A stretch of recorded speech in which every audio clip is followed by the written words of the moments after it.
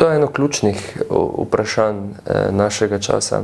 Nek notranji gon, da hočemo nekaj novega ustvariti. Gonilo nekega napredka.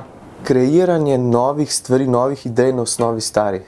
Recimo iz kakšnih škatel lahko narediš kakšen hladilni aparat.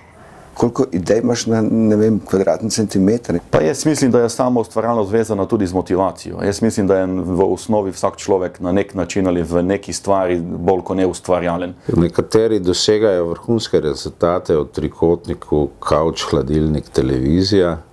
Mislim, da se začne pri zelo malih rečeh, to, da greš po ulici, po kateri običajno ne greš. Kot je rekel pesnik, hodite po poteh, ki jih ni, in pustite svojo sled. Če gremo raziskave gledati, so to ponavadi ljudje, ki so slabši v šoli, ki se težko podrejajo pravilom, ki mogoče so osebnostno celo težavni lahko, ki včasih težko delajo v skupini. Če iz sebe sklepam, nimam veliko prijateljev.